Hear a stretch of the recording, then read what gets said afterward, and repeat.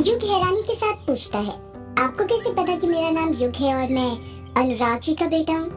वो आदमी अपने चेहरे पर मुस्कान लाते हुए कहता है, अरे कैसे पता नहीं होगा, तुम्हारे चेहरे में अनुराग जी की झलक जो दिखती है। बेटा तुम बाहर क्यों खड़े हो, अंदर आओ ना। इतना कहकर जगदीश घर के अंदर जाने लग जाता है। युग और अभिमन्यु भी उसके पीछे पीछे जाने लग जाते हैं। जब युग और अभिमन्यु घर के अंदर घुसते हैं तो देखते हैं कि घर के अंदर जगह जगह किताबें ही किताबें रखी हुई थी, सोफे पर, टेबल पर, फर्श पर, फ्रिज के ऊपर, अलमारी में, हर जगह। उन दोनों को ऐसा लग रहा था जैसे वो किसी घर के अंदर नहीं बल्कि लाइब्रेरी के अंदर घुसे थे। एक 60 वॉट का पीले रंग का बल्ब जल रहा था जिस कारण किताबें और पुरानी दिख रही थी। कई किताबों में तो दीमक लग गई थी। युग और अभिमन्यु घर को चारों तरफ से अच्छे से देख ही रहे थे कि जगदीश युग से कहता है, मुझे पता था बेटा, एक न एक दिन तुम जरूर आओगे। तुम्हारे पापा ने कहा था मुझसे कि मेरा बेटा भी जगदीश तुम्हारे पास से ही अपनी किताबें पब्लिश कराएगा। तुम एक बहुत बढ़िया पब्लिशर हो। मेरा पब्लिशिंग हाउस तो बंद हो गया, पर देखना अब तुम आ गए हो ना, तो मेरा पब्लिशिंग हाउस फिर से चलने लग जाएगा। मैं अभी भी नई शुरुआत कर सकता हूँ। बोलो कौन सी किताब लिखी है तुमने जो पब्लिश करानी है? अगर मैं ना भी कर पाया तो एक दो पब्लिशिंग हाउस से और पहचान है मेरी, अच्छे दोस्त हैं मेरे, वो तुम्हारी बुक पब्लिश कर देंगे। अरे जब से मैं ही बोले जा रहा हूँ, तुम बोलो ना बेटा, कौन सी किताब लिखी है तुमने? युग हिचकिचाते हुए कहता है, देखिए अंकल जी, आप गलत समझ रहे हैं, मैंने कोई किताब नहीं लिखी है। युग अपनी बात पूरी कर पाता उससे पहले ही जगदीश उसकी बात को काटते हुए कहता है, लिखी नहीं है तो मतलब? लिखने वाले हो यही पूछने आए हो ना, कौन सी किताब लिखूं? इसमें क्या पूछना, वही लिखो हॉरर कहानियां जो तुम्हारे पापा लिखा करते थे। आखिर तुम्हारे अंदर भी तो उन्हीं का खून है। मुझे पूरा भरोसा है कि तुम एक शानदार किताब लिख सकते हो। युग चिढ़ते हुए कहता है, अरे अंकल जी, आप पहले मेरी पूरी बात तो सुन लीजिए कि मैं कहना क्या चाहता हूँ। हाँ कहो बेटा, माफी चाहूंगा। क्या है ना, आदत है मेरी ज्यादा बोलने की। बोलो तो क्या बोल रहे थे तुम? युग अपनी बात को पूरी करते हुए कहता है, अंकल जी मैं कह रहा था कि मैंने कोई किताब नहीं लिखी है, ना ही मैं कोई सी किताब लिखने वाला हूँ, ना ही कभी लिखूंगा, क्योंकि मुझे लिखने से सख्त नफरत है। जगदीश फिर युग को बीच में टोकते हुए कहता है, अरे ये क्या बोल रहे हो बेटा तुम तो खानदानी लेखक हो, तुम्हारी रगों में लेखक का खून दौड़ रहा है। आजकल तो जिसे देखो लेखक बनना है, और एक तुम हो कि तुम्हारे अंदर काबिलियत होने के बावजूद तुम्हें लिखने से नफरत है। युग कुछ नहीं कहता क्योंकि उसे पता था कि जगदीश को समझाना बेकार है। जगदीश टेबल पर रखी पानी की बोतल उठाते हुए युग और अभिमन्यु से पूछता है, पानी पियोगे बेटा? युग और अभिमन्यु दोनों मना कर देते हैं। फिर जगदीश ही ढक्कन खोलकर बोतल से पानी पीते हुए युग से कहता है, बातें करते करते मेरा तो गला ही सूख गया था। वैसे अगर यदि तुम्हें किताबें पब्लिश नहीं करानी, ना ही लिखनी है, तो तुम्हें मुझसे क्या काम पड़ गया? जितना मैं अपनी जिंदगी में सीख पाया हूँ, कोई आपसे तभी मिलने आता है जब उसे कुछ काम हो। वो जमाना गया जब लोग हाल चाल पूछने के बहाने मिलते थे, अब तो काम पड़ने पर ही आते हैं। युग हिचकिचाते हुए कहता है, वो अंकल, मैं ना आपसे पापा की किताबों के बारे में जानना चाहता था। जगदीश झट से कहता है, हाँ पूछो ना बेटा, मैं तुम्हारे पापा की हर किताब के बारे में सब कुछ जानता हूँ कि कहाँ से आइडिया आया था, क्या क्या रिसर्च करी थी उन्होंने, क्या क्या परेशानियाँ आई थी किताब लिखने के वक्त, पात्रों के नाम कैसे लिखे, मैं सब जानता हूँ। तुम्हारे पापा मेरे साथ सब कुछ डिस्कस करते थे। हम दोनों का एक लेखक और प्रकाशक का रिश्ता बाद में बना था, पहले हम दोस्त ही थे। युग खुश होते हुए कहता है, अच्छा ये तो बहुत अच्छी बात थी, ये बात तो मुझे पता ही नहीं थी अंकल। मैं ना पापा की यक्षिणी वाली किताब के बारे में पूछना चाहता था। जगदीश को जवाब नहीं देता है। युग और अभिमन्यु हैरान हो जाते हैं और सोचने लगते हैं कि अब इसे अचानक क्या हो गया। अभी तो बहुत सारी बातें कर रहा था, जब काम की बात की तब चुप क्यों हो गया ये?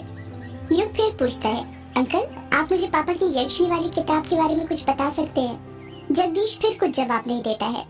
युग अभिमन्यु से पूछता है, यार इसे क्या हो गया, ये मूर्ति बनकर क्यों खड़ा हो गया यक्षिणी का नाम लेते ही? अभिमन्यु जगदीश को ऊपर से लेकर नीचे तक अच्छे से देखने लग जाता है और देखता है कि जगदीश के कान की सुनने वाली मशीन उसके कान से निकल गई थी।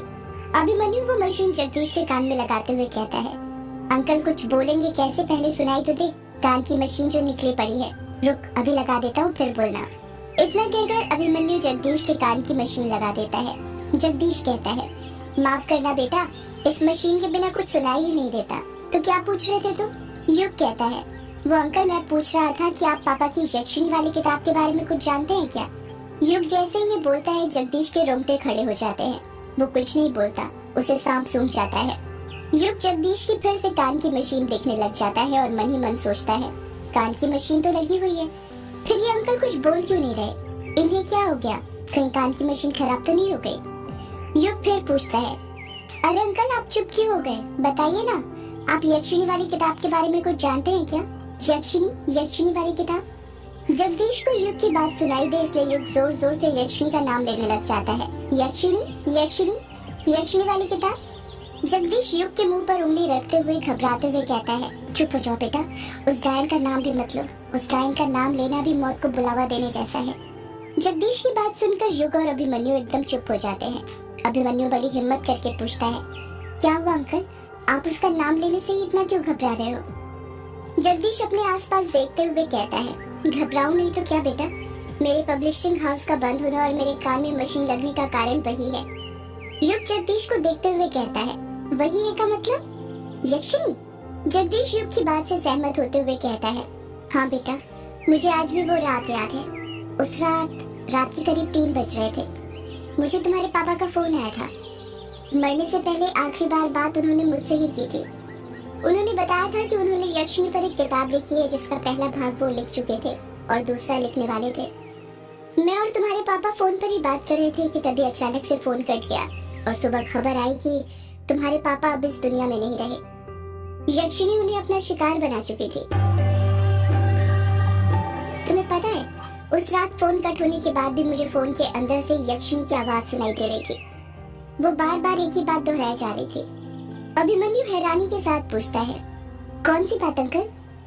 जगदीश गहरी सांस लेकर कहता है, मैं बार बार फोन पर हेलो बोल रहा था और फोन के अंदर से एक लड़की की फुसफुसाते हुए आवाज आ रही थी।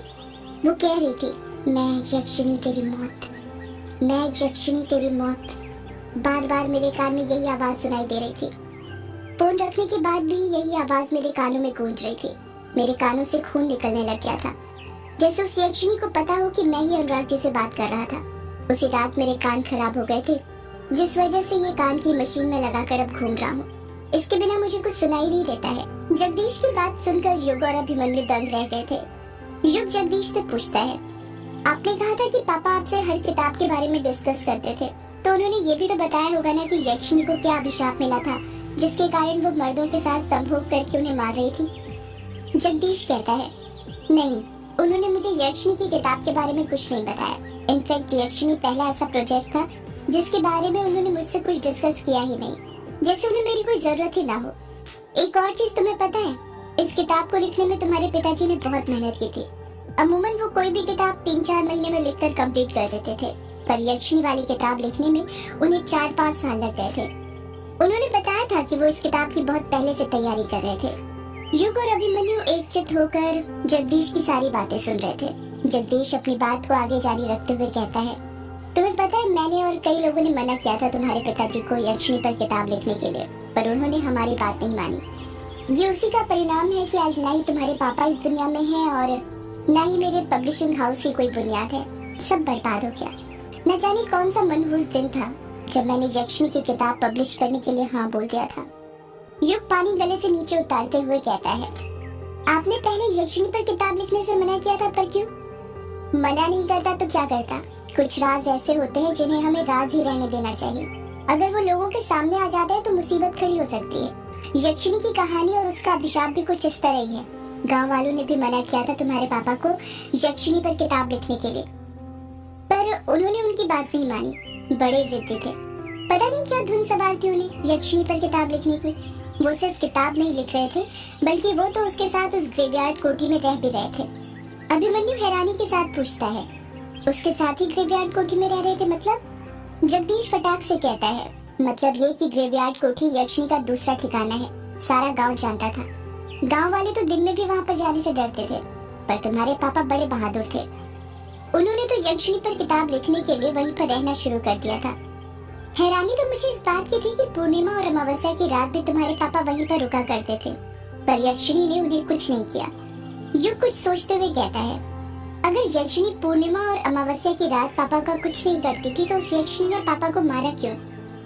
जगदीश अपना चेहरा युग के चेहरे के जस्ट सामने ले जाकर कहता है, उस किताब के कारण। अचानक से सामने जगदीश का चेहरा देखकर युग डर जाता है। उसे लगता है जैसे ये बात जगदीश ने नहीं बल्कि उसी यक्षिणी ने कही हो। पर फिर थोड़ी देर बाद वो बड़ी हिम्मत करके पूछता है, किताब के कारण मतलब ये कि शायद यक्षिणी नहीं चाहती थी कि अनुराग जी उस पर कोई किताब लिखे और उसके अभिशाप का राज उजागर करें। मैंने तुम्हें अभी बताया ना, कुछ गुप्त बातों को गुप्त ही रहने देना चाहिए। जितना मैं समझ पा रहा हूँ, यक्षिणी अनुराग जी को पसंद करती थी, तभी तो इतने साल तक यक्षिणी ने अनुराग जी को उस कोठी में रुकने दिया था। पर वो यक्षिणी के खिलाफ गए। उन्होंने यक्षिणी पर किताब लिख दी और अमावस्या की रात यक्षिणी ने उन्हें मार दिया। तुम्हें एक और राज की बात बताऊं मैं, जो मेरे सिवा कोई नहीं जानता? युग और अभिमन्यु दोनों एक साथ पूछते हैं, कैसी बात? जगदीश कहता है, तुम्हारे पापा बताते थे कि यक्षिणी बुरी नहीं थी बल्कि एक अच्छी औरत थी, एक दूसरे लोक से आई हुई अप्सरा की तरह खूबसूरत थी। बस उसे एक अभिशाप मिल गया था जिस कारण वो डायन बन गई थी। युग जगदीश को घूरने लग जाता है और मन ही मन सोचने लग जाता है, वाह क्या बात बताई, ये बात तो मुझे कब की पता है, पर बस यही पता नहीं चल पाया कि उसका अभिशाप क्या था। जगदीश कुछ याद करते हुए कहता है, एक और बात, तुम्हारे पापा ना यक्षिणी की बहुत तारीफ करते थे, जैसे वो उसे बहुत करीब से जानते थे। सारा गांव यक्षिणी की बुराई करता था, पर तुम्हारे पापा को मैंने कभी उसके बारे में बुरा भला कहते हुए नहीं सुना। यहाँ तक कि तुम्हारे पापा तो यक्षिणी का मर्दों के साथ संभोग करने वाली बात को भी अच्छा ही मानते थे, कहते थे सब अभिशाप के कारण है। सच कहूँ तो तुम्हारे पापा यक्षिणी की इतनी तारीफ करते थे, उसके रूप का ऐसा बखान करते थे कि मुझे भी उससे मोहब्बत हो जाती थी। मुझे क्या, कोई भी मर्द उसके रूप को देखकर अपने आप को उसके जाल में फंसने से नहीं रोक सकता था। अभिमन्यु पूछता है, आपने कहा था कि अंकल जी ने यक्षिणी किताब का पहला भाग पूरा कर लिया था, तो क्या आपके पास वो पहला भाग है? जगदीश मना करते हुए कहता है, नहीं मेरे पास वो किताब नहीं है। मेरे पास क्या, वो किताब किसी के पास नहीं होगी, क्योंकि आज तक वो किताब कभी पब्लिश ही नहीं हुई। होती भी कैसे, मेरा पब्लिकेशन हाउस जो बंद हो गया था, वो किताब पब्लिश कराने के बारे में सोचने से ही जब इतना कुछ हो गया, तो सोच कर देखो अगर पब्लिश हो जाती तो क्या बवाल मचता। युग झट से कहता है, अगर किताब नहीं है तो उस किताब का ड्राफ्ट तो होगा आपके पास, या फिर पांडुलिपि जो मेरे पापा ने टाइप की हो, कुछ तो होगा आपके पास उस किताब से रिलेटेड। नहीं, मेरे पास कुछ नहीं है। अनुराग जी की मौत के बाद मैं भी ग्रेवयार्ड कोठी नहीं गया। जाता भी कैसे, अनुराग जी की तो किसी को लाश तक नहीं मिली थी। पता नहीं क्या किया था यक्षिणी ने उनके साथ। कहीं यक्षिणी मेरा भी वही हाल ना कर दे, इसलिए मैंने उस किताब पर कभी ध्यान ही नहीं दिया। युग कुछ सोचते हुए कहता है, इसका मतलब यक्षिणी की किताब का ड्राफ्ट उसी ग्रेवयार्ड कोठी में होगा। यक्षिणी ने उसे कभी बाहर नहीं आने दिया। जगदीश युग की बात से सहमत होते हुए कहता है, हाँ वो ड्राफ्ट वहीं पर होगा, पर बेटा मेरी बात मानो तो वो ड्राफ्ट वहीं पर रहने दो, उसके पीछे मत पड़ो और अपने शहर वापस चले जाओ, वरना तुम्हारी जान को भी खतरा है। युग कहता है, नहीं अंकल, मैं ऐसे वापस नहीं जा सकता, और मैं वापस जाने नहीं आया हूँ, मैं तो यहाँ पर आया हूँ हमेशा के लिए। जिस अभिशाप को मेरे पापा उजागर करना चाहते थे, वो राज मैं उजागर करके रहूंगा। मेरे पापा का सपना पूरा करना ही अब मेरा सपना है। आपका बहुत बहुत शुक्रिया हमें इतना सब कुछ बताने के लिए। जगदीश हंसते हुए कहता है, इसमें शुक्रिया की क्या बात है, पर हाँ बेटा, यदि कभी तुम्हारा मन हो किताब लिखने का तो जरूर बताना। मुझे पूरा भरोसा है कि जिस तरह तुम्हारे पापा की किताब की बदौलत मेरा पब्लिशिंग हाउस चलता था, ठीक उसी तरह तुम्हारी किताबों की बदौलत भी फिर से चल सकता है। युग कहता कुछ नहीं, बस हाँ में अपना सिर हिला देता है। युग और अभिमन्यु वापस से ग्रेवयार्ड कोठी जाने के लिए निकल जाते हैं। शाम होने लगी थी, जिस कारण अंधेरा होने लगा था। इस बार भी युग बाइक चला रहा था और अभिमन्यु पीछे बैठा हुआ था।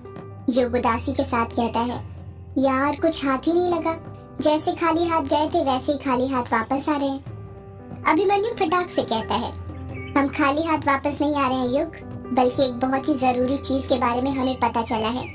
युग मुंह बनाते हुए कहता है, किस बारे में? सदियों से है पुरानी ये है यक्षिणी की कहानी।